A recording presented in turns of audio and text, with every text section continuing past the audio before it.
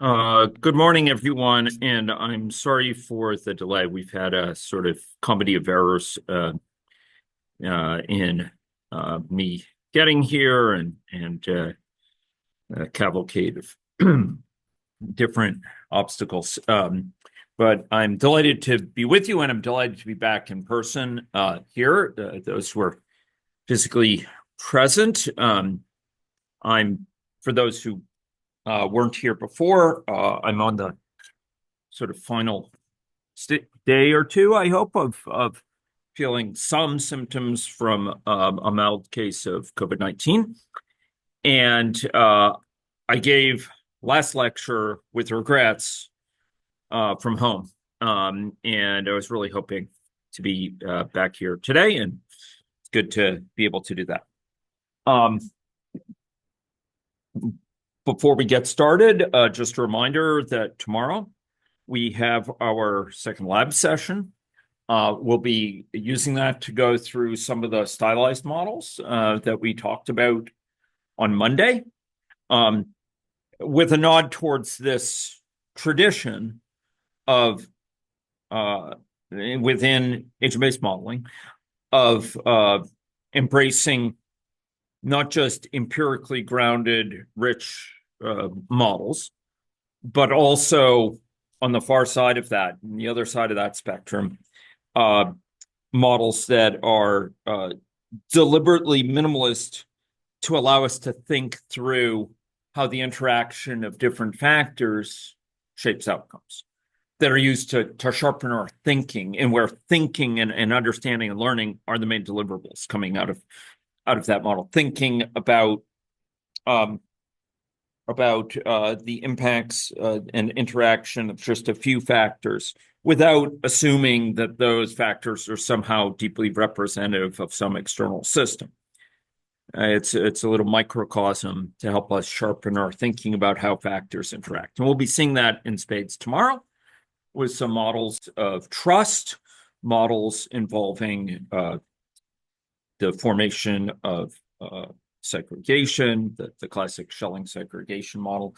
And as time allows, further stylized models such as on predator-prey side that like the others, lead to high-level behavior that's actually quite textured, and which we'd say from a data science perspective exhibits low dimensional regularities. It has a real orderliness to the emergent behavior. So that's tomorrow for the lab session. Today, we're going to be continuing on and I'm hoping wrap up this focus on the agent-based modeling process. I emphasized from early on in this class the importance of viewing the modeling more so than the model, any particular model artifact, as the key deliverable. We all seek to build up interesting, impactful models,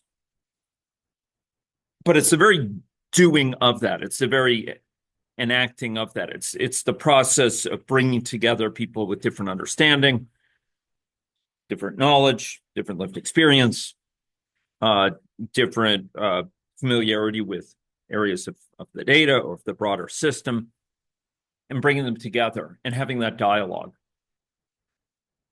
that typically yields the biggest gains. And while we may be proud of the models that we build, often the really biggest, the most impactful, most consequential of the outcomes from that work lie not in the particular model artifacts, but in the collective refinement from the parties involved, the sharpened thinking, the better understanding, the exchange of views, the better appreciation of people in one area of the system for people in another, the work of people in another, the bringing together parties who don't often talk around a table using the model as a boundary object. And that's really that process, that modeling has been our focus for the last 3 lectures at some level. We're talking about the modeling process. But today we're going to really focus on this side of it involving engagement, involving participation, whether it's at a community level or with stakeholders and organizations. That's been a defining feature of much of our work. And we're going to be talking about it within the context of agent-based modeling. We are, moreover, going to be speaking about how this represents a story still being written, and how a lot of the traditional tools of agent-based modeling have tended to focus on the technical side of the equation, less so the process side, less so the engagement side, and where there's some wonderful work to be done at both the technical level and at a process level in enabling the real power of participatory, engaged modeling for agent-based models. We're going to be talking about model mapping today, the creation of model maps as part of modeling processes. And we're going to see that traditional model maps, and I'm going to use causal loop diagrams as the main example, while they offer great insights, while they form formidable tools for building up what are called boundary objects, for bringing together stakeholders from different backgrounds, they often have a bit of what I call an impedance mismatch, with a nod to those from engineering background. An impedance mismatch with agent-based model. And we'll talk a little bit about what I see as some of the shortcomings, and by extension, some opportunities within agent-based modeling to really up its game with respect to this issue of model mapping. So with those words, I am going to switch over to some slides, and we will seek to lend some substance to those words. I will note this is a subject to which we'll be coming back. We'll have some case studies that are participatory in nature, and I will be looping back to this issue of engagement multiple times within the semester. But this is going to be our first encounter of it, and we're going to situate it within this context of the agent-based modeling process more generally. Okay, so with those comments, I am going to turn my slides. So we've noted that the agent-based modeling process, like other modeling processes, but arguably even more so, is an iterative one. It starts with model conceptualization, figuring out the scope of a model, understanding what stance the model will take with respect to, or this version of the model will take with respect to a variety of factors that we believe may be involved in understanding some real-world phenomena, some real-world complex systems. It involves thinking through that threefold trichotomy that I spoke about. All trichotomies are threefold, but the trichotomy between endogenous factors, factors generated by the model, exogenous factors, factors that are represented in the model but told to the model, and ignored factors.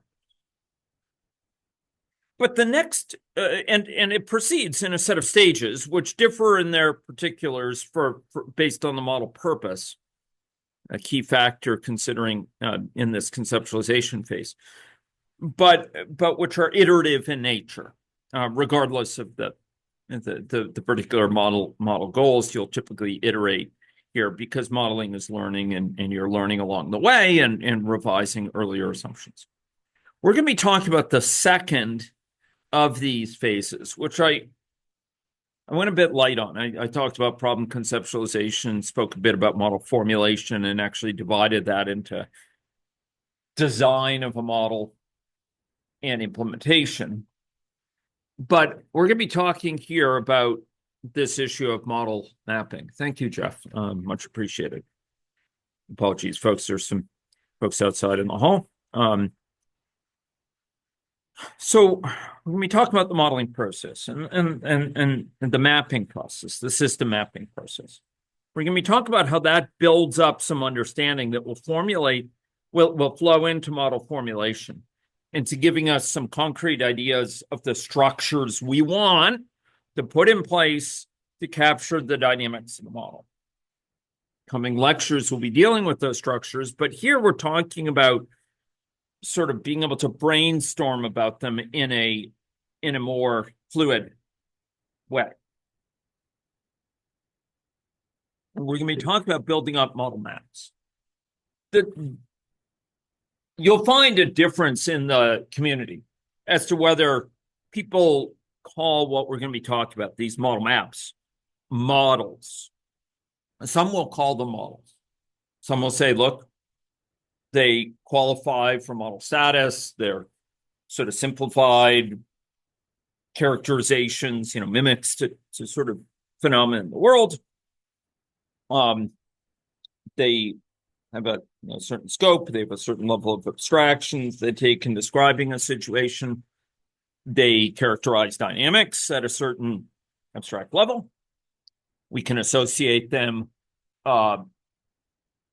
at least in a notional way with types of behavior.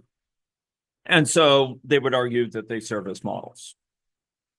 Others will say, no. They're really, models should be reserved for something that's fully specified at a quantitative level, where it's unambiguous to the point where you could simulate it over time in a perfectly characterized way. I'm not going to get involved in that dispute. Potato, tomato. I'm not one to get involved in the label wars. But I will say that a defining feature at this stage, as well as later stages of modeling, is how diagrams serve as boundary objects. I'm going to be using this term quite a bit, a boundary object. Okay. A boundary object here is going to be used to refer to some particular concrete artifact that serves at the boundary of different people's spaces, of different disciplinary backgrounds, at different linguistic barriers. There can be artifacts that come into the world of people from very different backgrounds as common points with people from other backgrounds. And by virtue of being represented there, you can have different parties pointing to elements of these diagrams. And even though the people in the room may be from very different backgrounds, they can point to and talk about elements of the diagram. Even though they are using different language, they know that they're talking about some common feature of the system. The view here is of diagrams, of these so-called model maps, this system, this problem mapping, these maps, not as things where we seek to use them haltingly despite the different backgrounds of parties, but where the very presence of these objects, of these boundary objects, facilitates interdisciplinary, hopefully interdisciplinary or multidisciplinary, but potentially cross-disciplinary or multidisciplinary dialogue. It helps the communication between different parties because they can point to a common point in the diagram and have some common sense of what we're talking about, more so than if they used abstract language. If one's using very medicalized jargon, Another's using the jargon of perhaps a social worker. Another is using the verbiage of an epidemiologist. Maybe another as a community member whose loved ones are suffering from some of these conditions. The words they may use are very different, but by pointing to common points in a map, in a diagram, they have some basis for communicating. Just as if, people from different backgrounds, different cultural and linguistic backgrounds could hold something up, hold up a pen, and one can say what it's called in one language, another person another language, another person another language, and they can have some confidence they're talking about the same thing. So we're going to be talking about diagrams here to facilitate communication. So the particular construct I'm going to introduce here is a construct called a causal loop diagram. And causal loop diagrams look similar to what you see in front of you. They consist of nodes or vertices and edges between said nodes, where those edges, those links, if you wish to use that term, carry a certain directionality.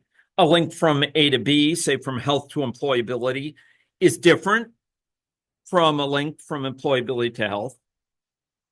You could have either one of those or both or neither, but they're different from each other. They have, any given link has a certain direction. And where those links are labeled by polarities, which you see here, plus or minus. There are variants of this that add a bit more texture, but we'll start with that simple notion. And critically, for those from different backgrounds who might have seen like influence diagrams as used in statistics, for example, these diagrams commonly, and true to their name, include cycles, include loops, hence the word causal loop diagram. And these links between variables are where the action is the location of the action. It's where the action's at, if you can forgive my lapse from the Queen's English. A link from A to B has a causal significance. We posit a sort of causal relationship. Okay, now, I'm not going to, because we have limited time and we want to cover ground about these in relation to ABMs, I'm not going to go into this in great detail. You can find other videos of me, or indeed others online, talking about these. Suffice it to say that a link from a variable A, say hunger, to a variable B called food ingested, will have a specific interpretation depending on the polarity of that link. So if we consider a link from hunger to food ingested, it's positing that if hunger changes, your amount or level or rate of food ingestion will change as a result. It's positing a causal relationship between them. The fact that it's a plus link posits further, more specifically, that as hunger rises, food ingested will rise compared to the value it otherwise would have had hunger not changed, all other things being equal. You'll notice the way I phrased that. I'm not saying that as hunger raises, food ingestion will go up over time. That's a common misperception of what this says. It's saying food ingestion will be higher than it would have been if hunger hadn't changed. And maybe the food ingestion is going down, but it's going to go down, say, more slowly. It's going to be higher than it would have been had hunger not risen. Okay. So that's a plus link. If hunger goes up, food ingestion goes up compared to the value it otherwise would have had, all those things being equal. And if hunger goes down, food ingestion goes down compared to the value it otherwise would have had, all other things being equal. Mark that, if hunger drops, food ingestion will tend to drop compared to the value it otherwise would have had. And I'm going to start using sort of shorthand ways of referring to this to avoid those mutterings. By contrast, if there's a link from A to B, say from food ingested to hunger with a minus link, it means if A is raised, the source, food ingestion, then B, the target of the link, will tend to go down compared to the value it otherwise would have had, all other things being equal. Let me say that again. Here, if we're considering this link from A, food ingested, to B, hunger, if A rises, if food ingested rises, it will tend to lead to the target, hunger, B, to drop compared to what it would have been. So if I eat, I tend to be less hungry, right? We posit that relationship. And similarly, if food ingested goes down, it'll tend to mean hunger goes up compared to the value it otherwise would have had. You could think of those, you may find it convenient to think of these as plus as indicating a same relationship. As hunger rises, food ingestion will rise compared to the value it would otherwise would have had. And minus as an opposite relation, that if food ingestion changes a certain way, say it goes up, hunger will tend to change in the other way compared to the value it otherwise would have had. All those two. Okay. Now, in these linkages, there's a mathematical meaning involving partial derivatives that we can characterize there. And those from more mathematical background may find comfort in thinking about the polarity of a link in these terms. It's actually quite handy, and it's related to the notion of archetypical behavior. Okay. So I'm going to be posting these, and you'll find these references.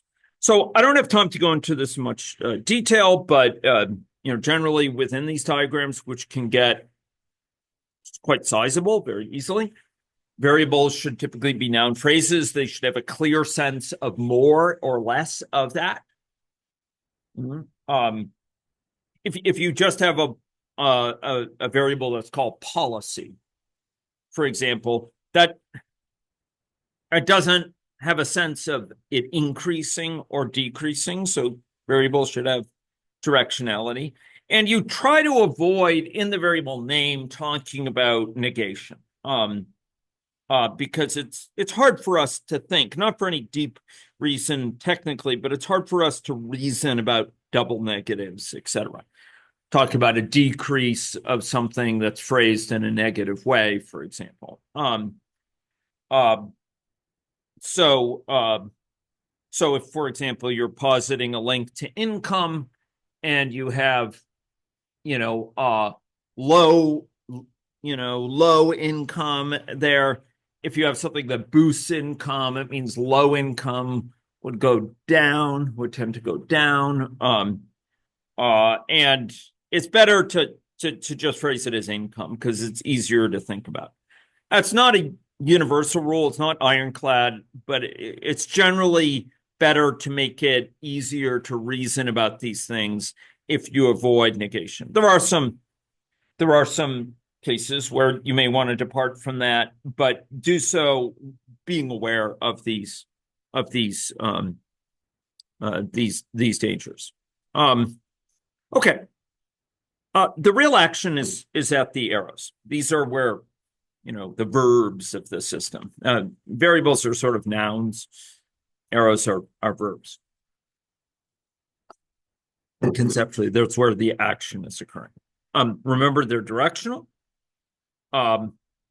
Make note of that direction. Don't just think, oh, are they connected? Does A have a causal impact? Do we posit a causal impact of A on B? And separately, do we posit a causal impact of B on A, for example? Also note that when you think about that, you should be thinking about direct causal impact because, for example, there may be a an indirect causal impact of commitment to cessation on nicotine addiction, but it's factorized by, it's mediated by, it runs through, we might posit, smoking.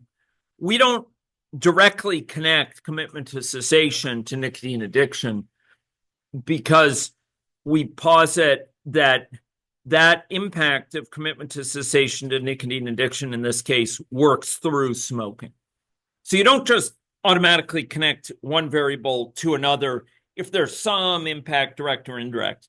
You're thinking about what are the pathways of impact, and you only link it up if you posit there's a direct impact.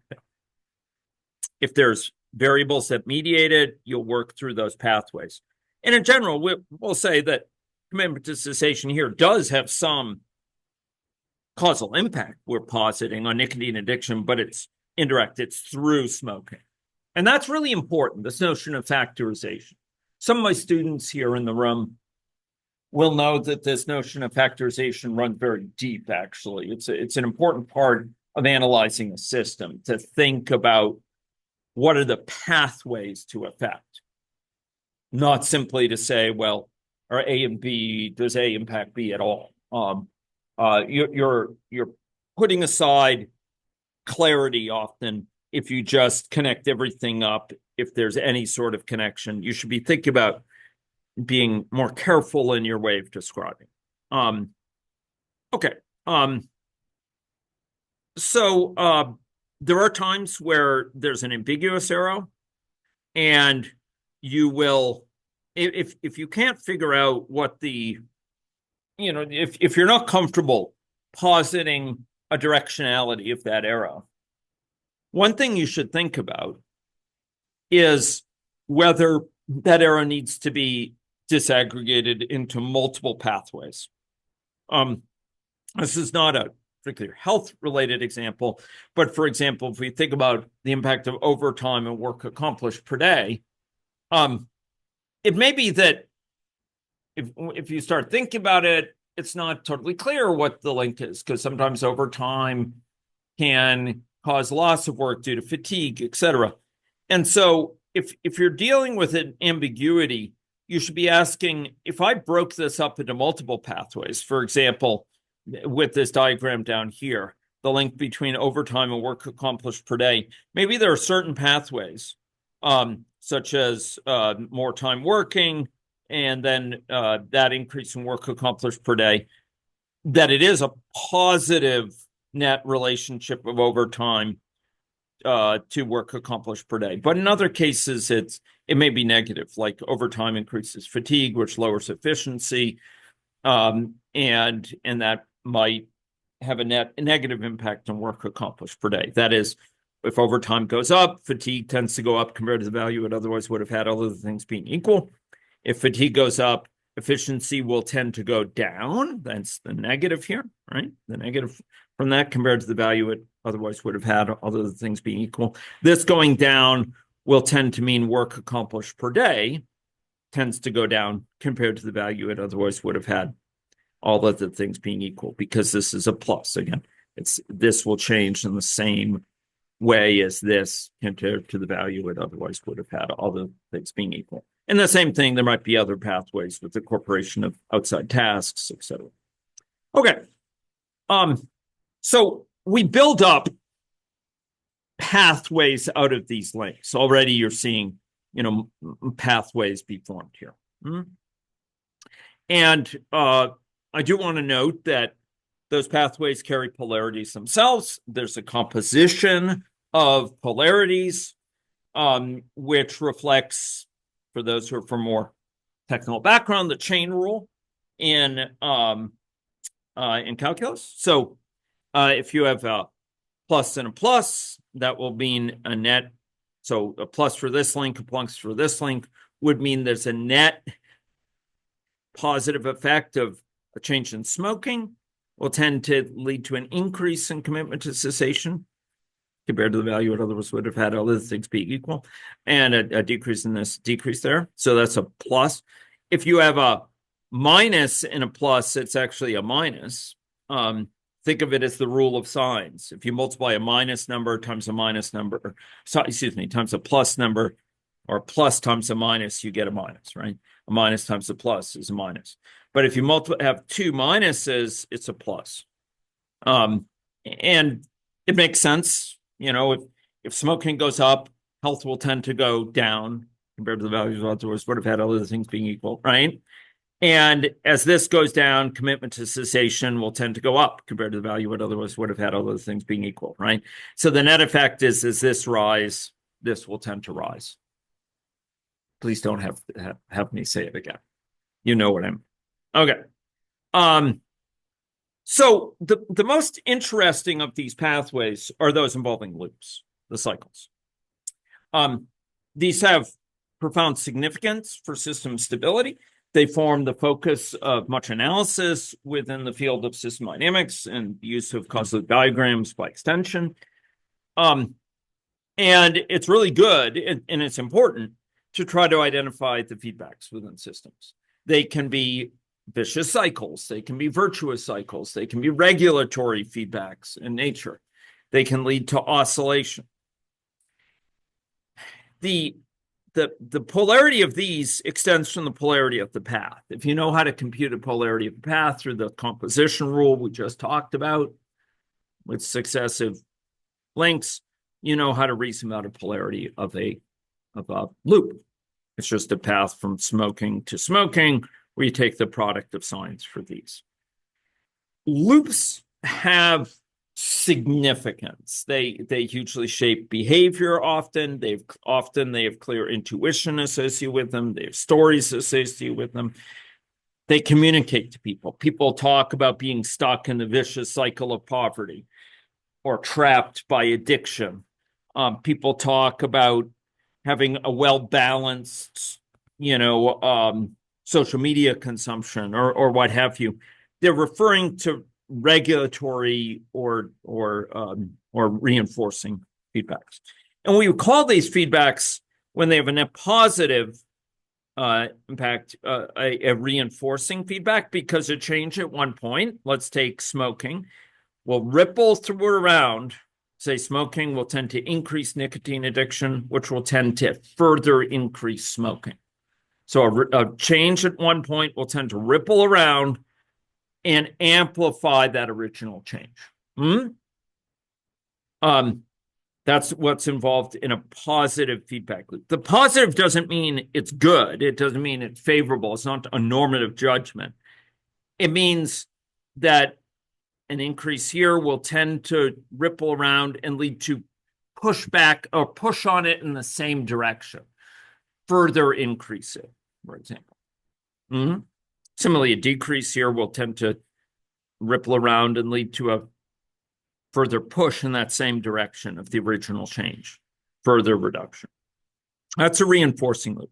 By contrast, there can be balancing loops, cases where a change here ripples around in a way that that pushes back against that original change, that balances out, tends to regulate that original change. So increase in smoking leads to, over time, with some delay, that's what this is, to lower health. Lower health tends to lead to higher commitment to cessation, and higher commitment to cessation tends to lower smoking.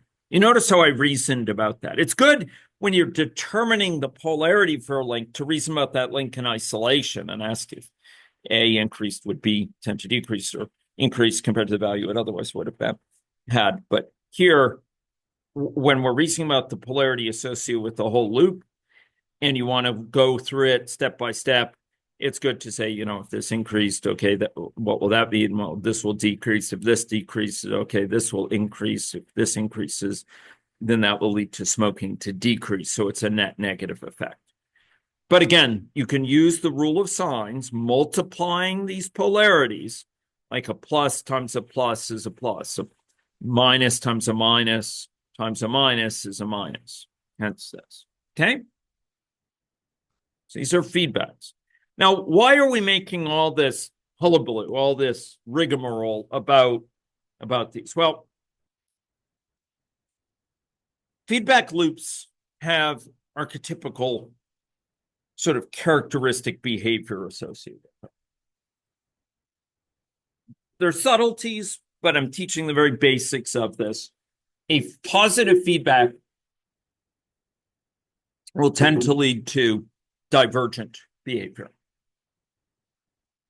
A small change, just like rolling a snowball down a hill with wet snow, will tend to accumulate and become larger and larger.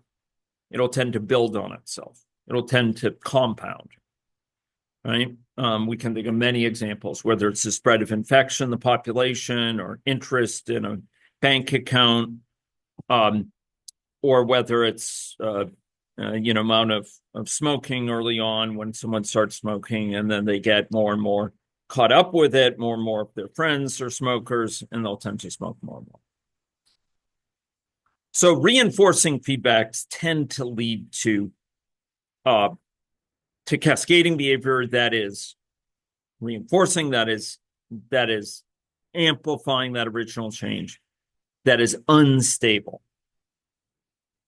This is one of the reasons we have outbreaks of infections, when we're far from herd immunity. We have too few people, say, vaccinated for vaccine-preventable illness. By contrast, if we have a feedback that's a negative feedback, a balancing feedback, remember, a change here ripples around in a way that pushes back against that original change, it will tend to lead to stabilizing behavior that approaches some equilibrium often. And although I'm not going to really talk about it here, if there's delays associated with links here, it will tend to lead to oscillations. It'll tend to oscillate before it settles down. So the fact that these have feedbacks associated with them induce behaviors archetypical of these types of loops. So in practice, we don't typically have, it's comparatively rare we deal with a diagram with just one loop in it, like here. We'll often have diagrams that are composed of compounds of loops. This shows one that nominally has 3 loops, one here, one through this, and one like this. But we might describe the third one as not independent. It's sort of a dependent loop. It's a sort of sum of 2 of the others.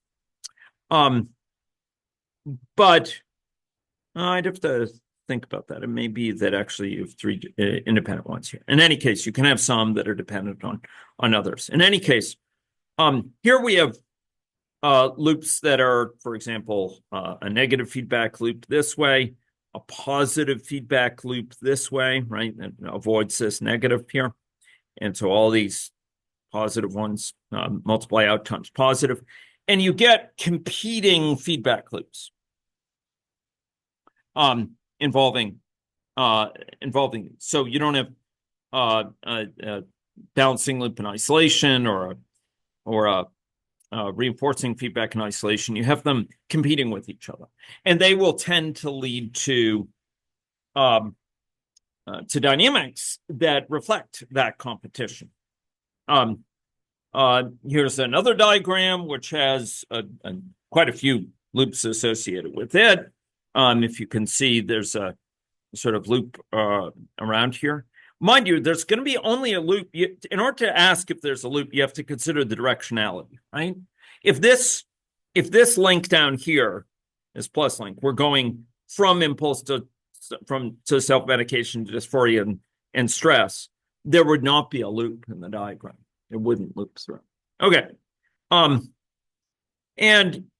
as we build up these diagrams, typically with stakeholders, we do so in a way that will incorporate these loops. And there are tools like CatCo-Lab, for example, like VenSim, that will enumerate these loops and allow us to reason about them.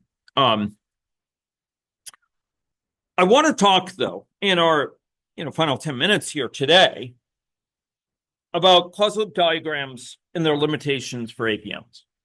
This is a topic little discussed in the literature, but it merits particular focus here and motivates some of what I'll be talking about subsequently.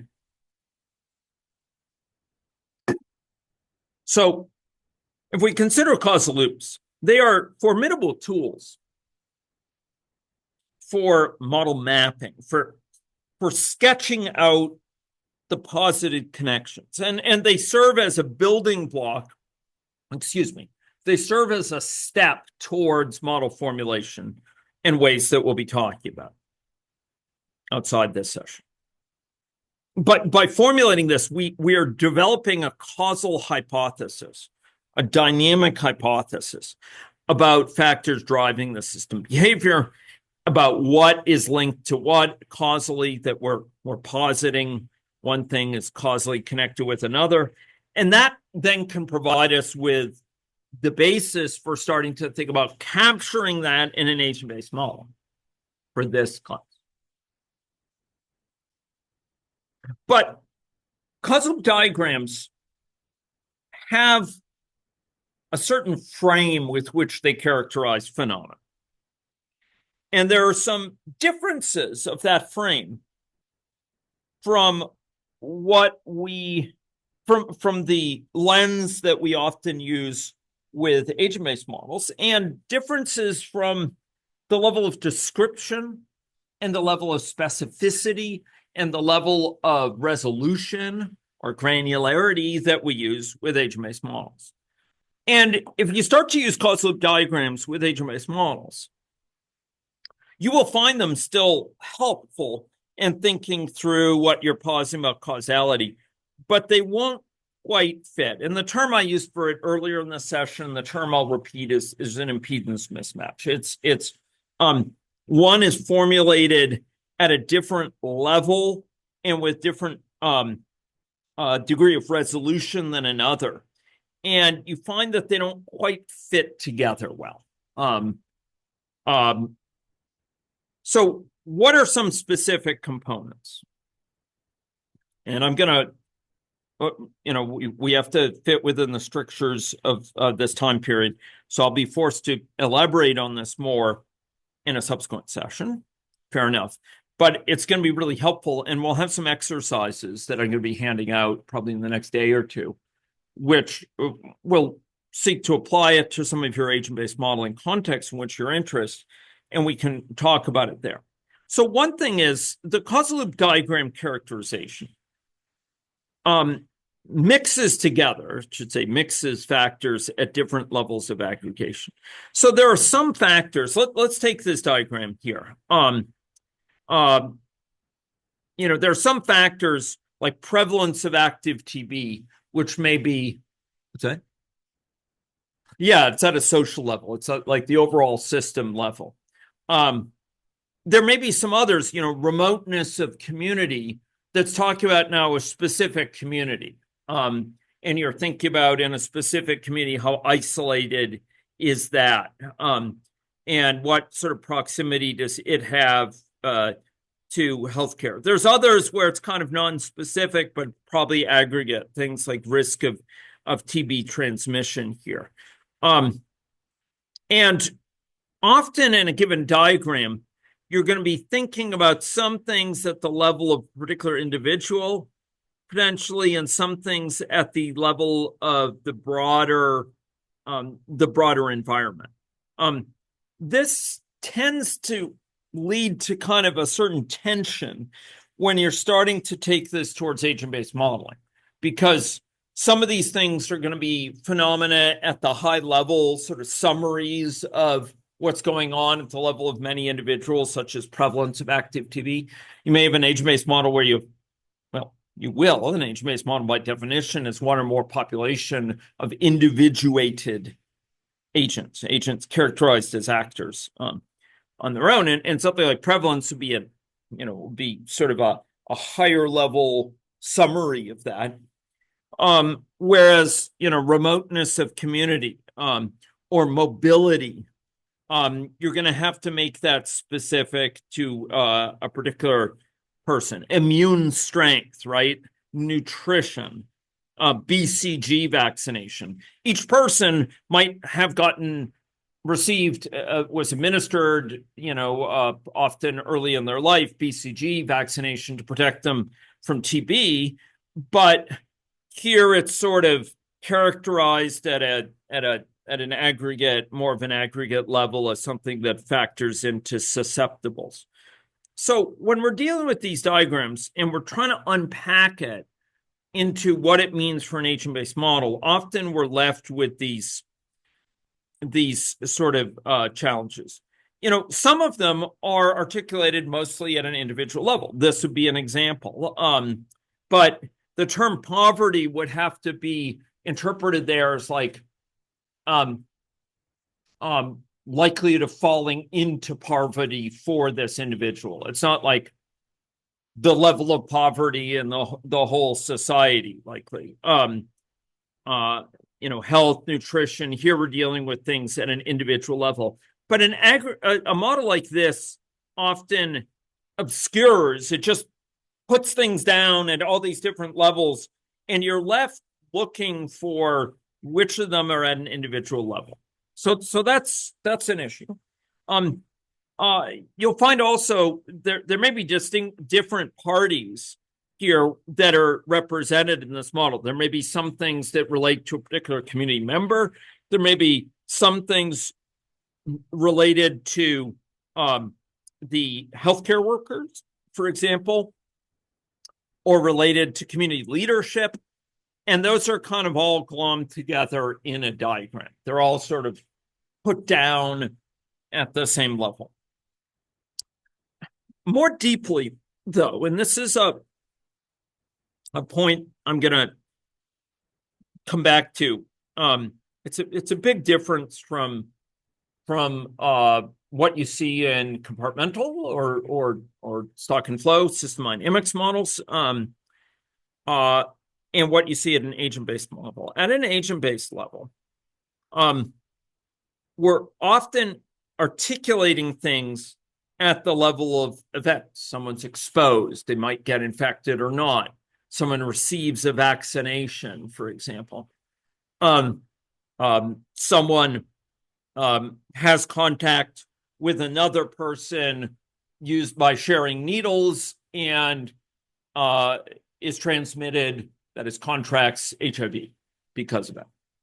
We think about particular occurrences that happen at an agent-based level, particular things that can happen to me or that I can undertake. I expose another person. It's an event. Here at a causal diagram level, in a causal diagram, commonly those events are not talked about. We're talking about broad patterns or sort of level of occurrence of some phenomenon. So it may be new active infections. That's not at an individual level. It's just, the occurrence of new active infections or new latent infections. The ease of access to healthcare. Well, that might be something, but length of time infected, contact tracing workload for people. These are, let's not talk about, contact tracing each particular case and sort of dealing with it. It's typically at a level above that. That's not bad. Contact tracing workload might be a good summary of the workload of the agents in the model that are healthcare workers going and trying to find cases of active TB. But we often are not characterizing it at a level that directly leads to capturing within for example, a state chart, sort of characterizing people's states and the things that transition them among states. Risk of injury and accidents. We're not saying, okay, an accident has occurred. There's an accident that occurs. Stigmatization. We're not talking about a case where, here we're talking about the degree of stigmatization someone suffers. No doubt, very, very important. I want to emphasize that's really important. But we're not conceptualizing at the level that a person is going to seek care and they are stigmatized by those in the ER or those in a physician visit, and it sours them to, it forces them to forswear future care seeking, for example. So here, the level at which a diagram is characterized is typically consistently above the level of particular events. We have to unpack it further. There's generally an absence of characterizing the state of agents. We talk about the number of susceptibles in the population. We talk about the number of new latent infections or the ease of access to healthcare, but we're not really articulating at the level of an agent being in a particular state. And the final thing, which is a very big thing, is a difficulty in characterizing context. If we think about situated agents, and that's what I have spoken with you about the past few sessions, including the last lab session where we walked through an example. If we think about situated agents, agents who are in a specific environment, oft associated with limited range of perception, and resources or other agents with whom they can interact. Context matters. Just as in critical realism, we talk about context, mechanism, and outcome in critical realist philosophy. So it is within agent-based models. We're interested in capturing context for situated agents. And through that, we can capture impacts of social determinants of health or equity concerns, etc. But capturing context, often we look to characterize things like networks, relationships between parties. We look to characterize spatial influences, degrees of proximity to healthcare, degrees of proximity to an STI clinic, what have you. Spatially mediated interactions, the influence of my neighbors or my family members more centrally on me than someone who's far away, and to express nested environments. Those interactions are often only feebly sort of spoken to within this. You may have, ease of access to healthcare, but again, it's sort of playing off that some things here are kind of conceptualized at an individual level. And so we're kind of positing that, okay, an individual is maybe in a remote community and may have ease of access to healthcare, but by extension, there's other individuals in other communities who may have different ease of access. But this aspect of context and proximity and sort of who's around them, to whom are they connected, is not captured well in these diagrams. It's very hard to express effectively in a consistent way something about network connectivity or homophily, except in a kind of blunt way as, tendency to be closer to people like you.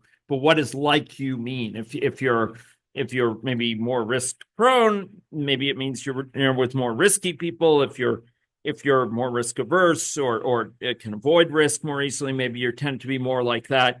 There's not a particular pinning down of what it means for a particular individual for their level of risk, etc. So these diagrams don't really capture that context. They certainly don't capture nested environments. The fact that a person, maybe in a family, maybe in a community, that's not really something captured in these diagrams, these nested contexts. And the socioecological model, points to that, the importance of that, and think about factors shaping our health, the social determinants of health, etc. These are factors we can capture in an agent-based model. We may look to capture in our agent-based models, and I'll be showing some of those in our next session with like social determinants of health. But a causal loop diagram doesn't give us quite the language to capture those factors. It has lots of insight, lots of benefits, lots of good things there.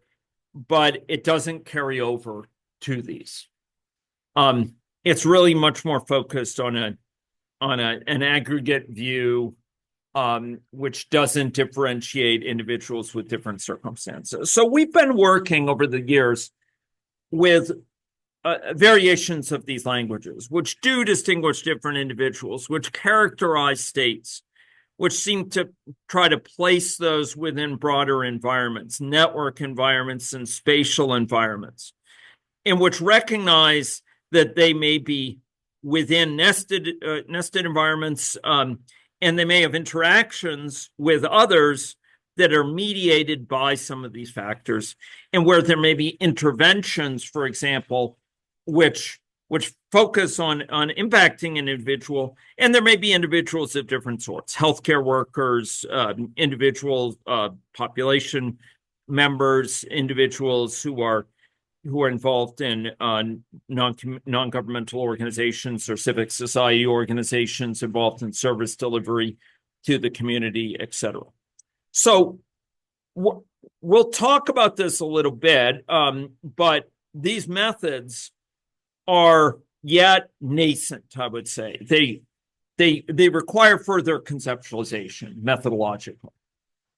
It's my conviction, long time born, that these methods, if focused with appropriate ardency, can lend us an environment for reasoning about agent-based models, for mapping out what we posit on connections within our system, just as rich as causal diagrams do for an aggregate model. They can lend us a way of sketching out what we'd like to capture in the agent-based model at a less committed level to the particular formulation, in a way that helps us welcome community input, helps us share different perspectives, share different understanding from a community, helps us bring people together and serve as boundary objects in shaping thinking in a way that groups people's lived experience, people's background, people's areas of the system, helps them better understand each other, and helps better contribute shared understanding of a sprawling system. We'll talk more about this during our Friday class. Tomorrow, we'll be looking at some of the more stylized models, but we'll return to this issue with participatory engagement a little bit next time, and we'll have a later session on it in more detail, and a case study or two, which goes into it in greater detail yet. So those are all my marks for today. We're at past, as always. I would welcome those on Wednesdays and Fridays to join in office hours. As before, I will have to pack up here, go over to my office, so I will need to offer the indignity of transferring host rights to someone here and reconnecting in about five or 10 minutes from my office. Thank you, everyone. Thank you.